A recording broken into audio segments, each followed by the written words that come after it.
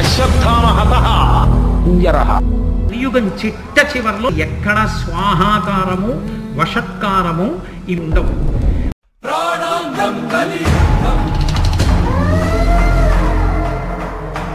ఆ సమయంలో శంబళ అనేటటువంటి గ్రామంలో విష్ణుయశుడు అనబడేటటువంటి బ్రాహ్మణుని కడుపున శ్రీ మహావిష్ణువు 10వ అవతారంగా వస్తారు. అధర్మంతో మిగిలిపోయినటువంటి బలవంతులై రాజ్యాలు ఆక్రమించినటువంటి వాళ్ళు అధికారానికి తగినటువంటి అర్హతలు లేకపోయినా సింహాసనాల మీద కూర్చొని పరిపాలన చేసే ప్రభువులందరినీ దుర్మాడతారు. ఇక వెలుగు వచ్చే సమయం